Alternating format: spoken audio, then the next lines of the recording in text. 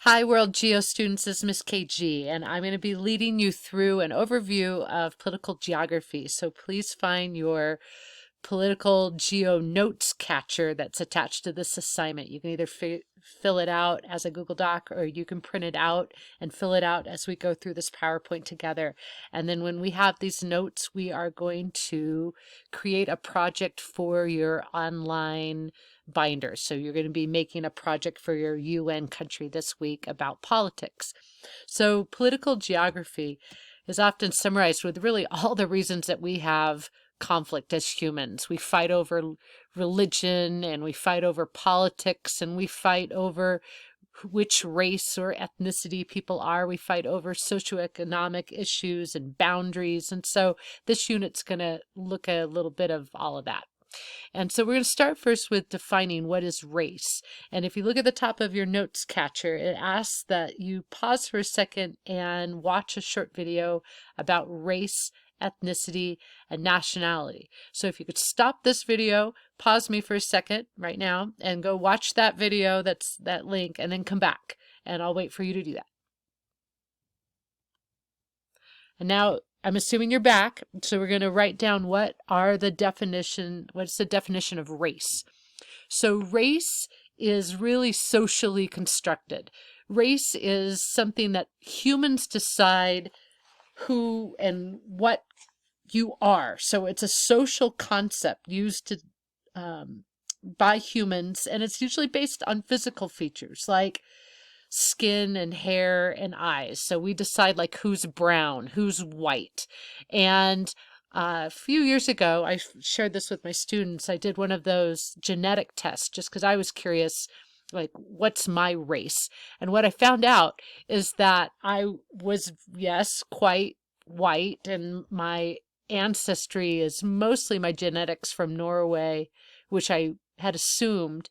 But then check it out. Like my ancestors somewhere back there were hooking up with Native Americans. So I also have some Native American in me. Now, if we were 100 years ago, that would be considered colored. And I actually could have been excluded from public places for having color in my genetic makeup. But really, truly, all of us have some type of color in our genetic makeup. So race is kind of silly to use as a defining characteristic for humans because we are a combo of a lot of different genetics. But to the extreme, racism is where you're using those physical features for power and privilege. So you're actually deciding like the color of people's skin is better or worse, which is really kind of goofy. So if we look at like historically in the United States, when you like check the box of what race you are, we kind of categorize that African Americans are in a majority in these states here, and the historically is where we had slave culture back in the colonial area there, that Hispanic Americans, the majority, are kind of in these states, which if you know your U.S. history, this used to all belong to Spain. So it's no wonder, and then it actually belonged to Mexico too. So it's no wonder that all of these states have a large percentage of Hispanic American people. The Asian Americans, if you remember your U.S. history, were brought to help build our railroads and dig in our gold mines. And so in California, and you remember the 49ers, that's why even today there's large concentrations of Asian Americans. They were part of that workforce historically. And then Native Americans, if you remember the history of our United States, we decided that that race of people was not welcome in the eastern part of the United States, so we forced the removal of them to the Indian or Native American reservations. Oklahoma was actually right here where we put a lot of them, but I'm a little off topic. So let's get back to your definitions. What is ethnicity? So if we are erroneously defining people by their skin color, really what it comes down to and what makes us so vibrant and different is the culture. And so ethnicity really has to do with your culture. It's your cultural identity and who influenced your habits, who influenced your traditions, who influenced your holidays. So if I think about my ancestors, I've got some recipes, I've got some traditions that we do on the holidays that come from my Norwegian ancestors. And Mr. DiCarlo is Italian, and his ethnicity has influenced his recipes and his traditions and his culture. So ethnicity comes from ethnikos, which means national. And if you were to think like how we could divide up the United States by ethnicity, people who have Mexican ethnicity and Mexican culture, people who have African American culture, people who have German culture, our boundaries would look quite different. And then I wanted to compare that to this map of the African continent. If we were to actually draw around everybody's different culture, oh my goodness, there would be so many different countries, wouldn't there? There'd be like hundreds. So all of these borders are actually made by Europeans, which is too bad because the cultures are very different inside of these countries.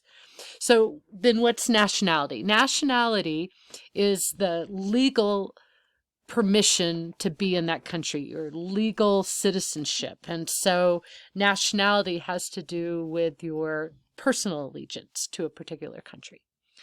And now you've got to fill this out. So race. What is your race? As you fill this out, you have to think about, well, how would you describe your race? And there's often, like, I think on the census right now, you check a box for that. And then ethnicity. How are you going to check your ethnicity? And Mr. DiCarlo did an example here. He's Italian because he thinks of Grandma Mina's raviolis on Thanksgiving. That's funny, Mr. DiCarlo, that you have ravioli on Thanksgiving. And then nationality. I have some flags here for designating your nationality, but are you a citizen? Are you a multinational? Every once in a while, I have students that have dual citizenship, which I think is so cool that you belong and have allegiance to two different countries. That's pretty awesome. So take a moment to fill out your chart. How do you define yourself? And then that rolls into the next question. What are some examples of things that shape your cultural identity? And what I mean by that, let's look back up in this box about ethnicity. Foods, customs, clothing, holidays. I want you to think about 3 things that are maybe like traditions, or 3 things that are going to be passed down. It could be an artifact. It could be a recipe. It could be a particular way you celebrate a holiday. It might even be a value, like maybe it's really important in your family that everybody goes to college, or everybody works really hard, or everybody's got to be nice and write thank you notes to the grandparents. I don't know. There's what would you describe your culture and your ethnicity? What's most important to you? Record 3. Take a moment to do that. All right, so next you are to watch another movie. And this one is a fun, fast-paced one. It's called How Many Countries Are There? And if we were in class right now, I would actually give a candy reward to whoever got closest to how many countries are there in the world. And, I have guesses everywhere from like 2,000 to like 200. But for the purpose of this class, we're actually going to call countries nation states. That's the official term in geography, is a nation state. So you're going to watch that video, and then you're going to come back, and when you're done, we're going to write down what makes a nation state. So I'll pause, you go watch that video, and then come back. C.P.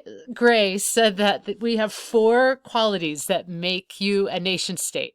So the first one that you're going to write down is that you have a permanent population, that there's a body of people, for the most part, willingly staying there, unless you're in North Korea, and then I guess you are stuck there.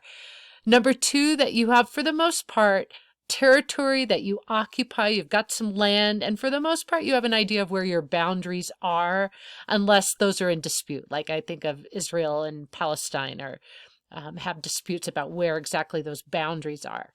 And then number 3, that you are organized under a sovereign government. Sovereign means you get to do it by yourself.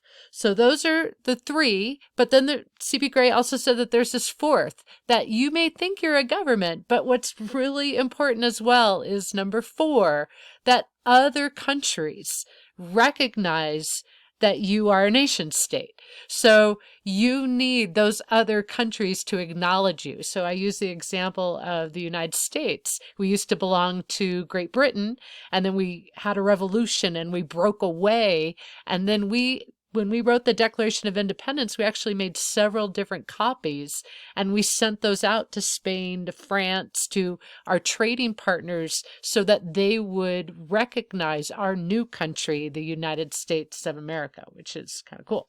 So then read the quote down in the next box. Imagine a world with no borders, is what John Lennon said. And I want you to think about that. Would that work? In that box, would you write down, please, would it work to have no borders in the world?